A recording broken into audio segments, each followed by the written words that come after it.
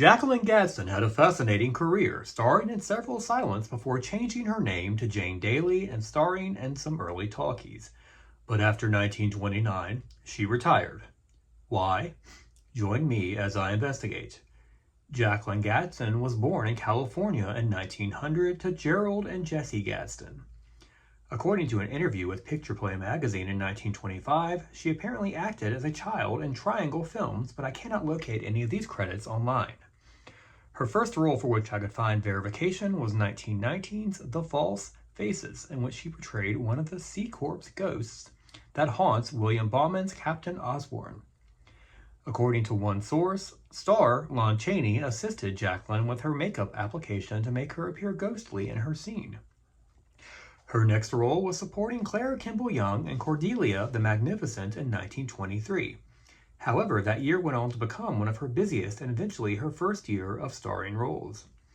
After supporting Buck Jones in the western Skid Proof, she starred with Dustin Farnham in the western The Man Who Won. She then starred in the surviving A Chapter in Her Life as Eloise, a melancholy young woman who is a relative of the young Jewel, played by Jane Mercer, and who is one of the many people whose lives are made better by the presence of this positive youngster. Jacqueline gave a nuanced, understated performance in the film, and it should have launched her into stardom. However, she moved back into supporting territory in 1924, supporting Constance Talmadge in The Goldfish, and then John Gilbert and Aileen Pringle in His Hour and The Wife of the Centaur. However, she finished out the year starring in another western, The Flaming Forties, opposite Harry Carey.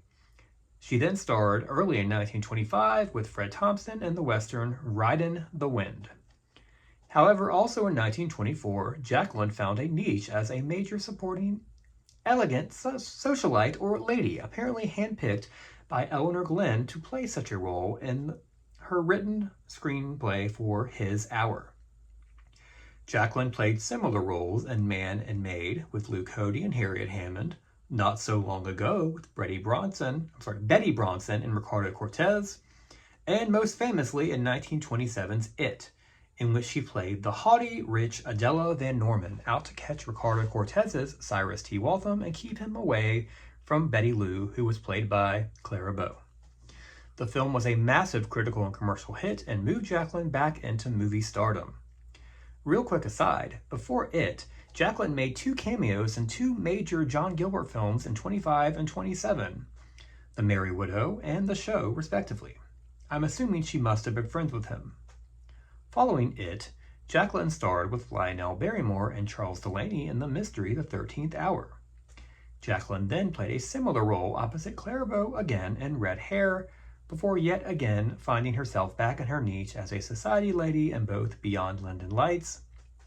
all of these movies, Beyond London Lights, A Bit of Heaven, and The Scarlet Lady. In late 1928, Jacqueline's name was changed to Jane Daly at MGM.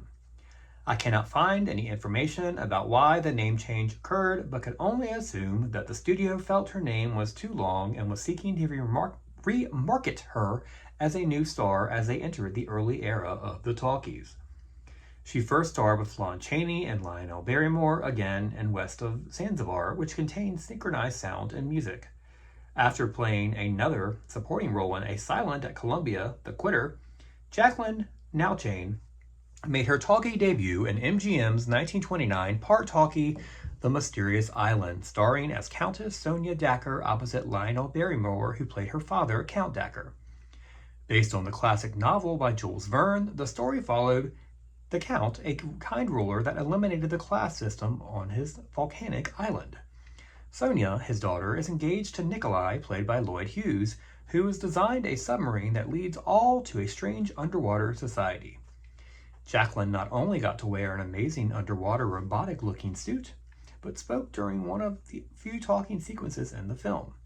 Her voice can be heard as a message coming to her father via a speaker.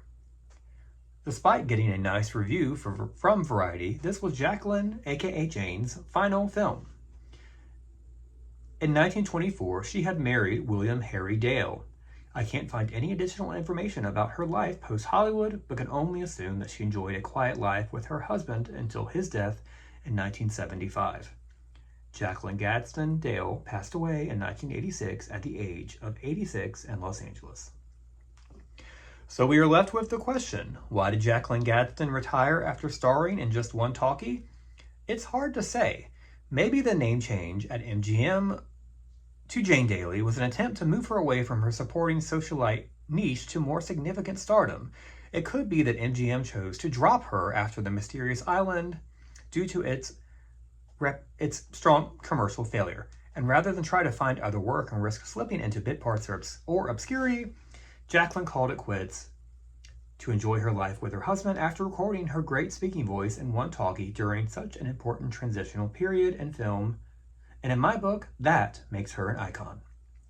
Sadly, only a few of Jacqueline's films are available to view, but you can catch some of her best on YouTube, including A Chapter in Her Life, The 13th Hour, It, and The Mysterious Island. Jacqueline Gadsden was a truly talented actor that deserved a better opportunity in Hollywood. Please enjoy some of her work today. I must thank my sources for this episode, Find a Grave and archive.org, for their digitization of picture play and variety. Please like and subscribe or follow this account if you want to learn more about the history of silent film stars whose stardom lasted only briefly in the talkies.